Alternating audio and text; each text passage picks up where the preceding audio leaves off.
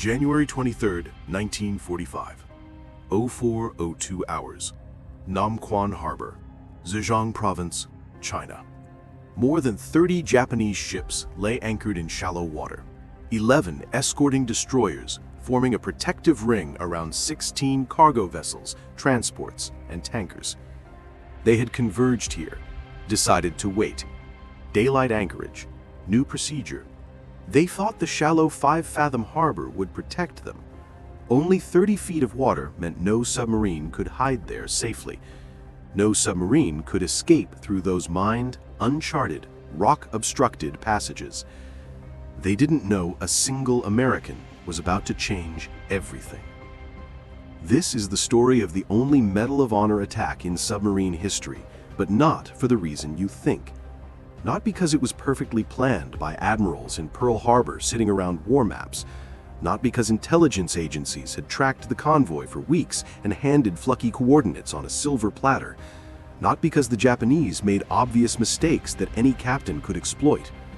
No. This is the story of a captain who received no orders, who got no tactical intelligence, who wasn't even supposed to find this convoy. A captain who saw a pattern nobody else saw, deduced a location that wasn't on any chart, and then had to escape through waters that should have killed him and his entire crew.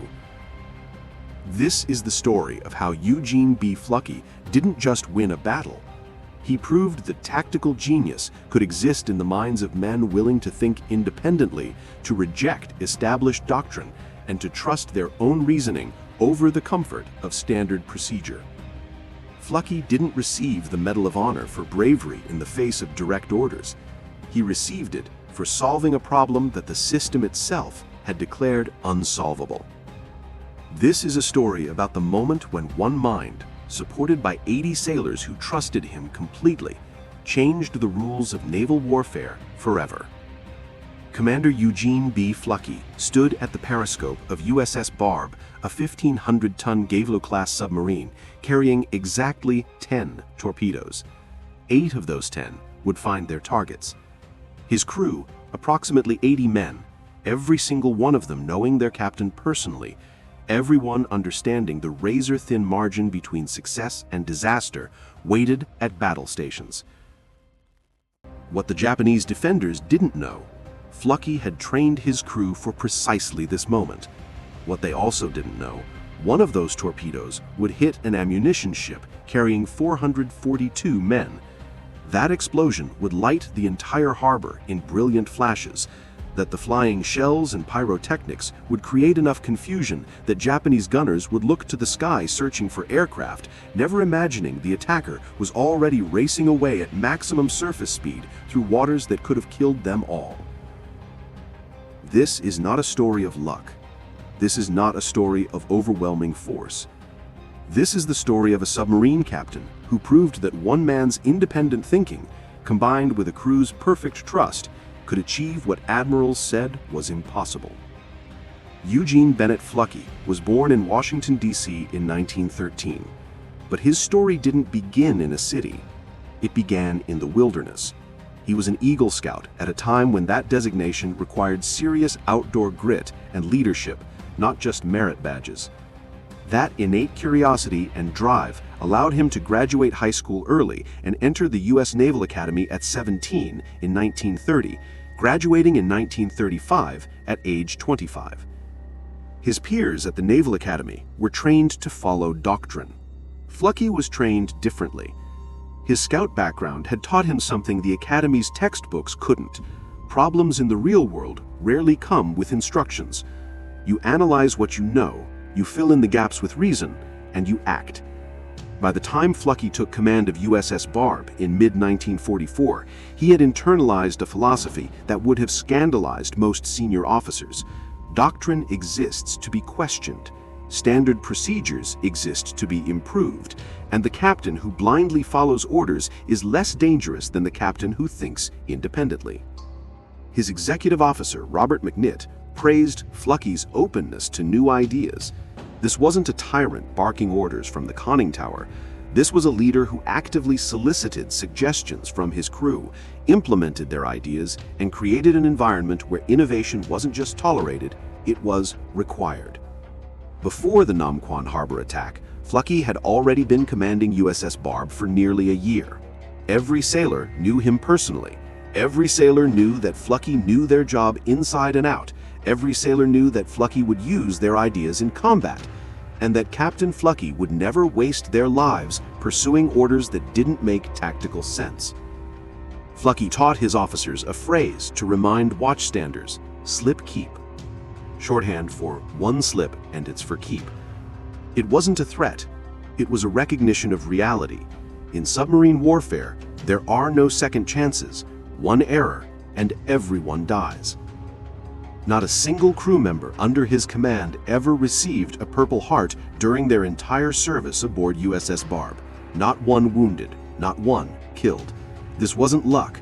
This was the result of a captain who never sacrificed his men to pursuit of glory. December 1945. 3 submarines were hunting together along the China coast: USS Barb, USS Queenfish, and USS Pikuda. They called themselves Luftland's Loopers, named after their senior commander, and they were prowling waters that should have been rich with Japanese shipping. They found nothing. For weeks, the patrols returned empty. The Japanese had changed. Fluckey saw it first. They weren't running predictable convoy routes anymore. They had learned from the mounting submarine casualties. They were now anchoring in protected Chinese ports during daylight hours. They were hugging the coast at night, using shadows and shallows as defense. They had adapted. Most captains would have adapted back to standard patterns. Fluckey adapted to their adaptation. On January 20th and 21st, 1945, coast watchers spotted a Japanese convoy anchored at Lam Yet. The intelligence report arrived at USS Barb 16 hours later. Fluckey had already moved northeast, already committed to a different search pattern based on his own logic about where the Japanese would anchor. The intelligence network had done its job, but it had arrived too late to be useful. Then, on January 22nd at 14:21 hours, Barb spotted smoke at coordinates 27 degrees 14 minutes north, 120 degrees 42 minutes east, nearby shipping, the ghost of a target. Not enough to confirm a convoy's location, but enough to confirm Fluckey's instinct that his deduction was correct. That night, Fluckey studied his charts with the intensity of a man solving an equation. If the convoy had been reported at Lam Yet, but was now steaming northward along the coast, only one channel made geographic sense: the Haitan Strait. But that strait was normally too shallow for large cargo ships, unless it had been dredged. Fluckey requested specific intelligence from Naval Group China about the Haitan Strait dredging project. The reports came back: yes, dredged. Channel confirmed. Logic completed the picture. One harbor made sense. One anchorage point where 30 ships could wait safely before nightfall while using the dredged channel for passage: Namkwan Harbor. Namkwan Harbor wasn't a tactical advantage. It was a death trap designed by geography and Japanese arrogance. 5 fathoms, 30 feet. Context: submarines operate safely in 150 feet minimum. At 5 fathoms, a submarine caught on the surface couldn't dive deep enough to hide from pursuing destroyers, couldn't maneuver in confined spaces, had no margin for error. The shallow water that protected Japanese cargo ships from traditional naval attack had one fatal flaw. It also prevented a submarine from using the primary tactic they relied upon: depth. Fluckey knew this before he entered the harbor, knew he'd have one attack, one volley. Miss, and the entire crew died here. Hit, and he'd have to race across the surface for miles through uncharted, mined, rock-obstructed waters to reach safe depth. Not in cover of darkness, not with destroyers sleeping, with destroyers alerted, with searchlights scanning, with every Japanese gunner in the harbor looking for him. The escape route required traveling approximately 30 nautical miles through waters marked on charts with the nautical equivalent of skull and crossbones: mined, uncharted, hazardous. 1 hour and 19 minutes at maximum surface speed, 21+ knots. That was the window to travel from the harbor entrance to water deep enough to dive safely. One mine strike and the submarine breaks apart. One destroyer finding their position and they're hunted in waters too shallow to evade effectively. One crew error on the deck and collision claims the entire boat. The Medal of Honor citation would later describe Fluckey as fully aware that a safe retirement would necessitate an hour's run at full speed through the uncharted, mined, and rock-obstructed waters. Fully aware. Not hopeful about survival odds, not optimistic about escape. Fully aware that the escape run was as dangerous as the attack itself. He made the calculation anyway. The question wasn't whether the attack was risky. The question was whether the target was worth the risk. Fluckey looked at 30 enemy ships, the largest concentration he'd encountered on any patrol, and decided it was. January 23rd, 1945, 04:02 hours, Namkwan Harbor. USS Barb approached its surface level in the pre-dawn darkness. The water was black. The harbor was quiet. Japanese destroyers were asleep, or at minimum watch levels. Nobody expected an attack here. Nobody believed a submarine could operate in 5 fathoms of water. Nobody thought anyone would be crazy enough to try. Fluckey positioned his submarine 3,000 yards from the nearest targets, close enough for precision, far enough to observe. The order came, battle station, torpedoes. This wasn't a shouted command. It was a calm notification to men who had trained for months for this exact sequence. The crew moved to stations. Torpedo data computers were calculated. Firing solutions were locked in. 6 forward tubes prepared. 4 stern tubes prepared. Targets assigned. Fluckey ordered all 6 bow tubes to fire in rapid succession into the mass of enemy shipping. The sequence took less than 20 seconds. 6 torpedoes leaving the submarine in a deadly spread, their acoustic signatures screaming toward the anchored convoy. The first impact detonation carried across the entire harbor, then the second, third, fourth, fifth, sixth.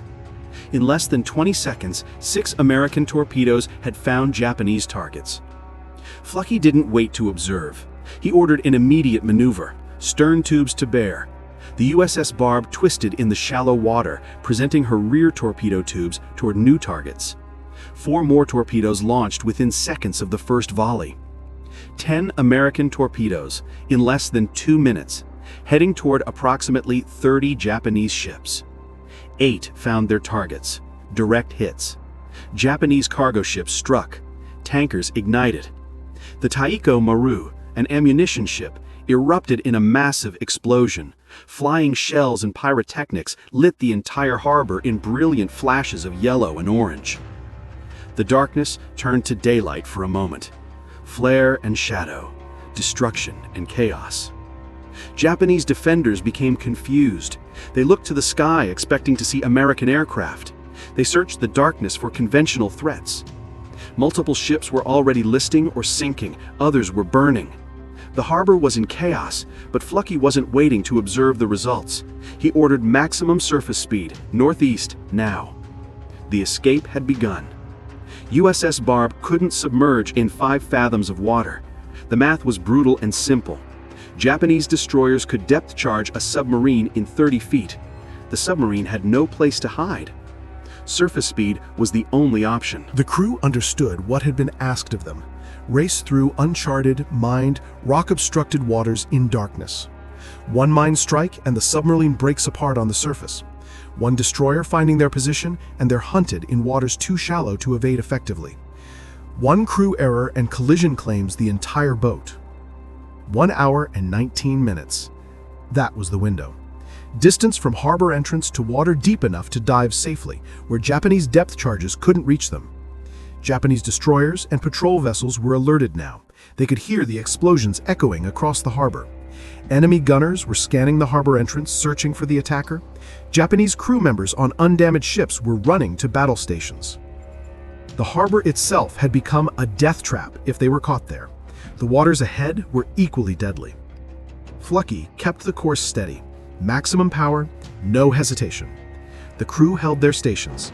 The submarine screamed northeast through waters that should have killed them all at minimum speed of 21 knots. The propulsion system pushed beyond rated specifications.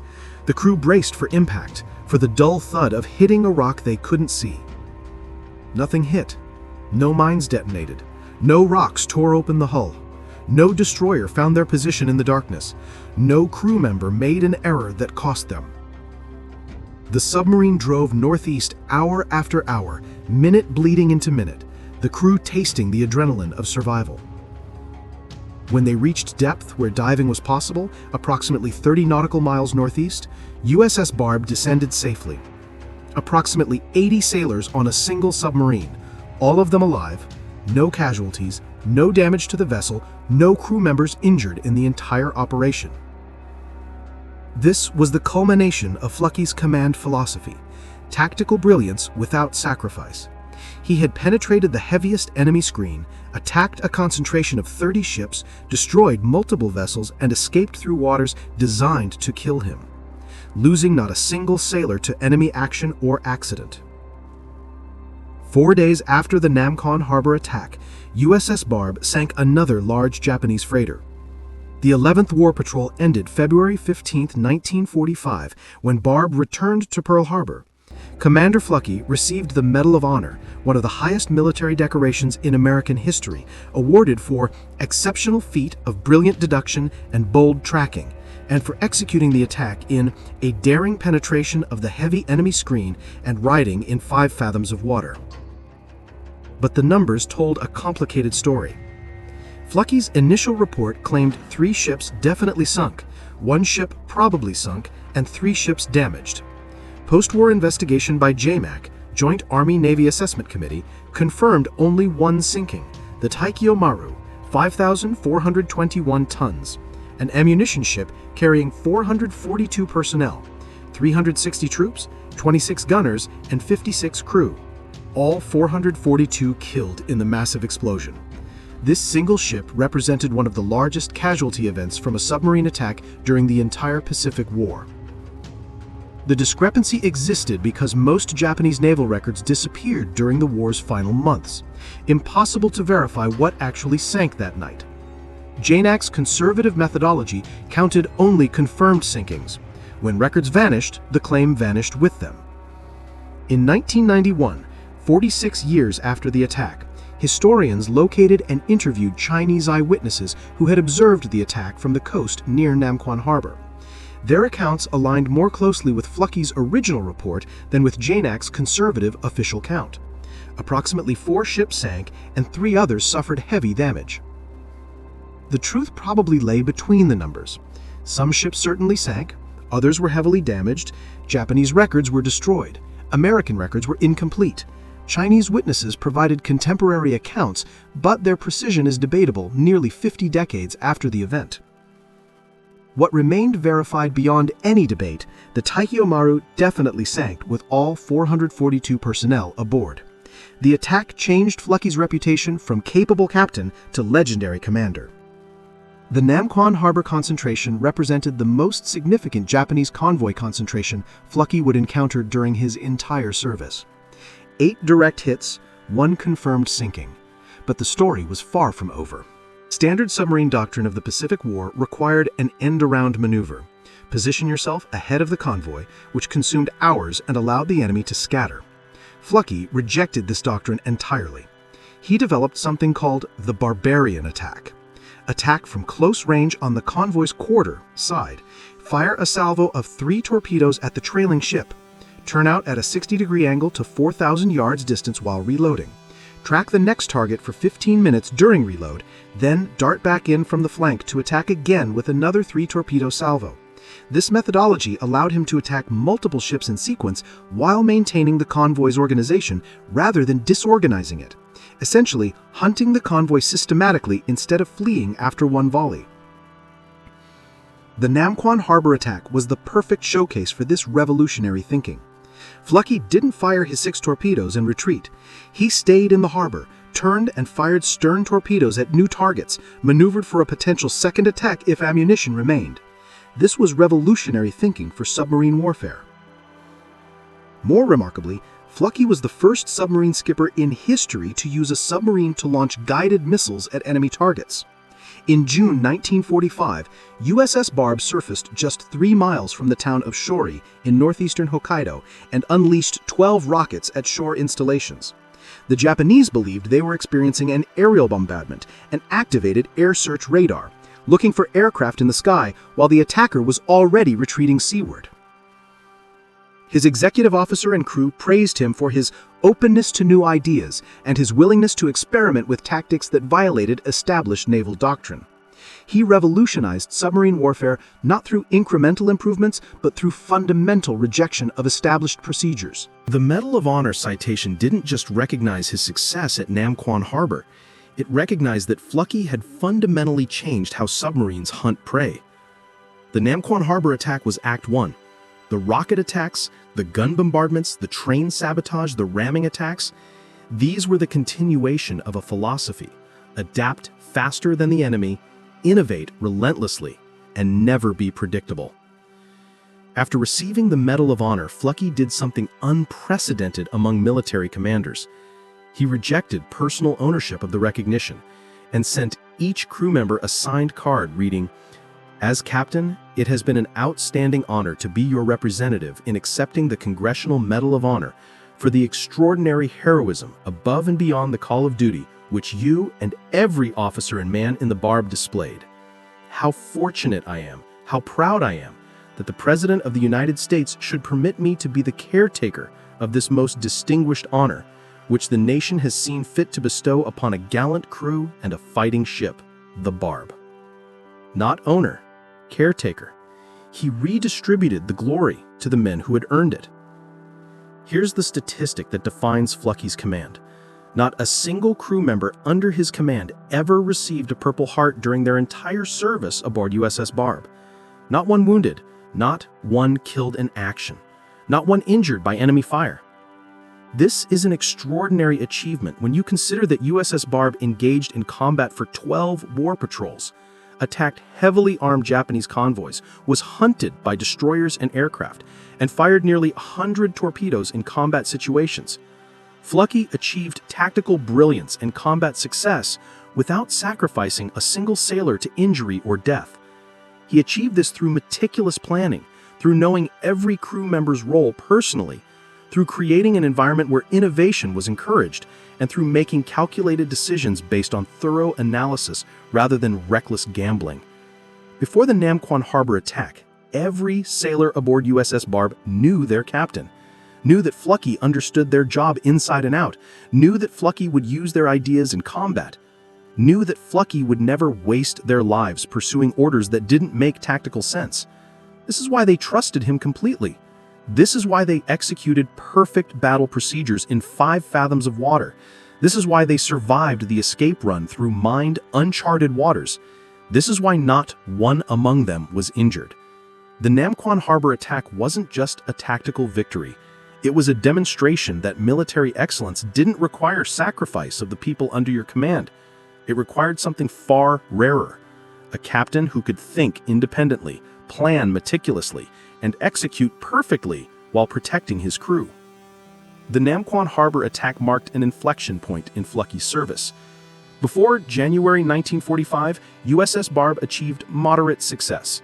After, a submarine captain whose name began appearing in Japanese fleet reports as a threat requiring specific defensive tactics. Fluckey didn't stop innovating after Namkwan Harbor, he accelerated. In June 1945, USS Barb became the first submarine in history to successfully employ rockets against shore installations. 127mm rockets mounted on deck, fired only while surfaced. At 2:30 a.m. on June 22nd, Fluckey surfaced just 3 miles from northeastern Hokkaido and unleashed 12 rockets into the town of Sheri. The rockets exploded in the town center, causing massive damage. The Japanese believed they were experiencing an aerial bombardment and activated air search radar, completely fooled, searching the sky for aircraft while the submarine retreated seaward. Admiral Lockwood received Fluckey's patrol report and sent a direct message. "Fluckey, you come home, X, acknowledge, X." The Admiral wanted him back immediately, but Fluckey had other ideas. With torpedoes expended and ammunition for guns running critically low, he continued attacking Japanese shore installations. He blew up a lumber mill at Shibatoro, hitting a fuel tank that created an inferno visible for miles. By war's end, Fluckey had completed 12 war patrols. In 5 patrols between May 1944 and August 1945, USS Barb sank an estimated 29 ships, according to Fluckey's comprehensive records, though JNAC's official verification credited only 17 confirmed sinkings. Post-war, Fluckey spent 10 years studying Japanese records and cross-referencing American reports. His personal research indicated USS Barb sank approximately 145,000 tons, 50,000 tons higher than the official JNAC count of 95,360 tons. The reason for the discrepancy? Japanese records disappeared. Many ships were never officially verified. JNAC could only count what could be proven. Fluckey's post-war research uncovered what history had missed. Fluckey, promoted to Rear Admiral, lived to 93, died in 2007. The Namkwan Harbor attack remained the centerpiece of his legend, the operation that proved what tactical genius looked like when married to human dignity and crew protection. There's a version of history that gets told frequently about the Namkwan Harbor attack. Coast watchers spotted the convoy, intelligence agencies relayed coordinates, and Fluckey executed the orders. That version is incomplete. The Coast Watcher report on January 20th, 21st, 1945 arrived too late to be tactically useful. Fluckey had already moved northeast 16 hours before receiving that report. For 16 hours after that intelligence arrived, Fluckey was operating without tactical support. No coordinates from admirals, no intelligence agencies telling him where to go, no system confirming his suspicions. What Fluckey had was something the system itself didn't possess: independent reasoning. He studied his charts, he analyzed Japanese operational patterns, he requested specific technical information about the Haitan Strait dredging. When that intelligence was confirmed, he made a logical deduction about where 30 ships would anchor for safety. The Medal of Honor citation specifically praised his exceptional feat of brilliant deduction and bold tracking on January 23rd. Not his adherence to orders, not his execution of planned operations, but his independent thinking. This is what makes the Namkwan Harbor attack historically significant. It proves that individual capability, combined with crew trust, can accomplish what institutional systems cannot. Fluckey didn't follow a prescribed path. He created one.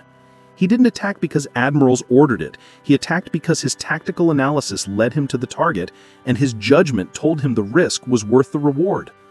And then he escaped through impossible waters with 0 casualties and 0 damage to his vessel. If you study military history, you notice something. The most remarkable victories often come from commanders who think independently, who reject established doctrine when it fails to match reality, and who trust their analysis over institutional pressure to conform. The Namkwan Harbor attack is one of those stories. If you're interested in understanding how exceptional leadership works, how one person's independent thinking, combined with a crew's complete trust, achieves what systems declare impossible, this is a case study worth understanding. We explore stories like this frequently on this channel: forgotten operations, tactical innovations, commanders who changed the rules of warfare. If that interests you, consider subscribing. We release deep dive historical analysis every week with verified sources, comprehensive research, and the kinds of stories that don't make it into mainstream documentaries. 5 fathoms, 1 hour and 19 minutes, 8 direct hits, 80 sailors returned alive. The only Medal of Honor attack in submarine history where nobody died executing it. Not because of luck, because of exceptional leadership.